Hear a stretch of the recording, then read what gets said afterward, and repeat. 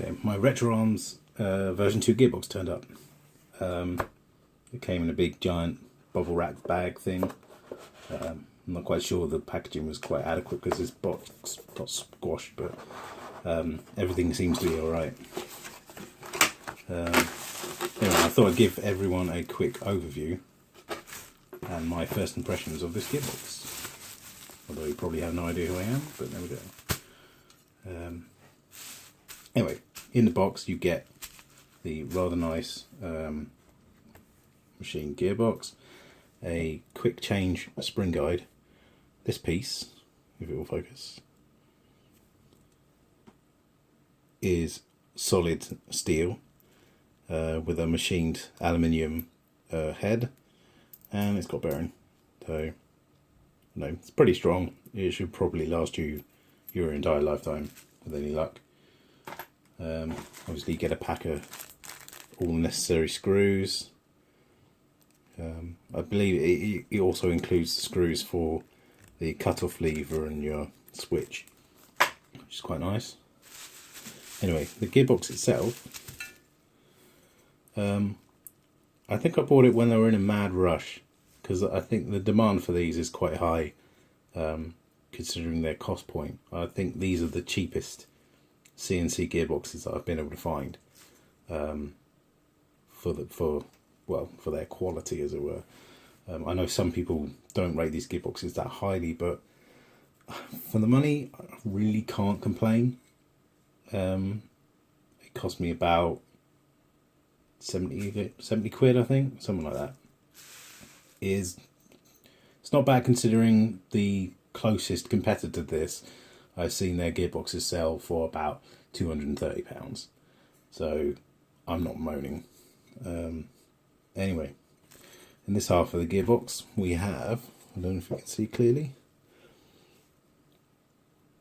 we have obviously our area for a switch, which has this pin for the switch trolley, which has a cutout so the spring doesn't fall off, which is kind of handy.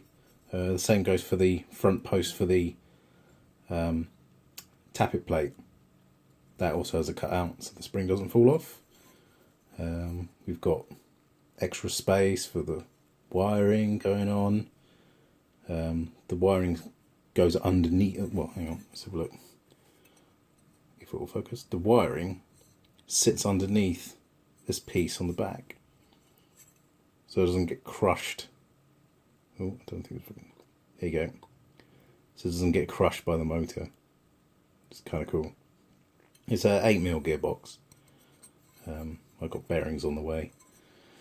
There's also all this open space in the back they've cut out for the wiring, so you can have the wiring exiting here, or you can have the wiring exit up higher up there, which is kind of cool.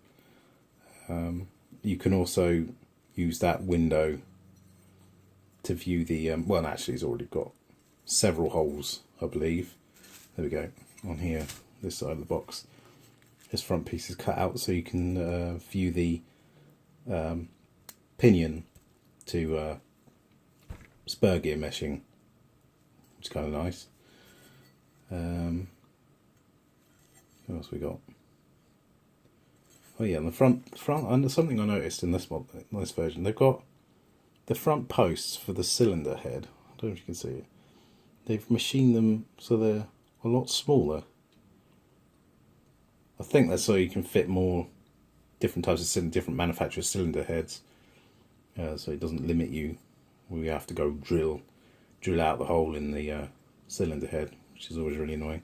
But yeah, of course, all the front of the gearbox is radiused on all the corners. We can see that. Every single corner of the cylinder window is radiused on both sides. It's kind of handy. There's all these holes going on so you can view the position of the piston, which is great, because obviously sometimes you will get jammed but you're not exactly sure how much it's jammed. Well, now you can see how much you've screwed up, which is kind of nice. Something I was expecting, which I'm guessing they did it for cost and time reasons, was I was expecting all their trademarks to be laser engraved on this thing. I was probably asking for too much. But something I have noticed is the anodization is quite, well, it's not very deep. It's very light. I could probably easily scratch it. Let's find a bit. I can't scratch it off with my finger. Well, fingernail. But I think it. Well, there you go. Don't know if you can see it. It's scratched a little bit from manufacturer. I'm not going to complain too much about that, namely because too much anodization and tolerance of holes and things goes out the window, and you have problems trying to fit stuff. And then you have to grind it out a bit, and that can be a giant pain in the arse. But enough just to give it protection. That's all right. I don't know. I'm not quite sure why this has been cut. If anyone can explain why that is, that'd be pretty handy. Ooh, bloody camera.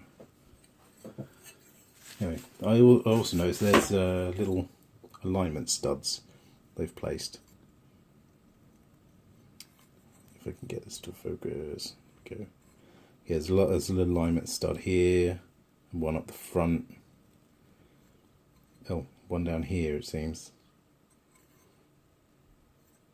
I think that's right. Let's have a look.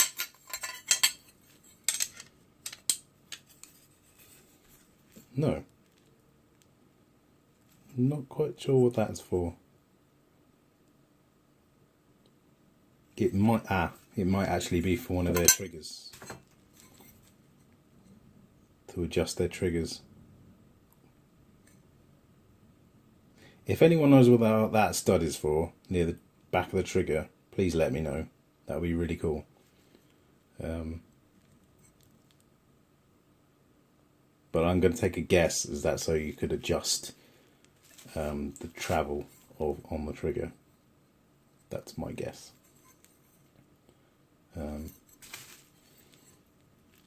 Otherwise they're not bad. Oh yeah, also there are 4 screw holes for the motor. That's in case you strip a couple, or you have a pistol grip that for some reason only has 2 holes drilled out. You can use whatever you want, which is pretty good. I think I covered everything. I don't think there's anything else that amazing about the gearbox. The main reason I bought this was because I want to build just a bog standard generic, not a high speed build, just a normal standard build that's gonna last me pretty much forever. This is I want an AEG that just isn't going to break. So I can build my stupidly fast, RPS builds or whatever. I'm based in the UK, so I can't make anything too powerful. I think we're limited to about 350 FPS over here. Yeah, that's about it. I just want the thing to be a tank, essentially. Saying that, I did go and order modify ceramic bearings for it, and bearings are obviously not the most reliable thing in the world, but when you can't go higher than 350 FPS, I will be really shocked if I destroyed a set of ceramic bearings at those power levels. If I did, I've done something seriously wrong. But yeah, so it goes. Anyway, thanks for watching.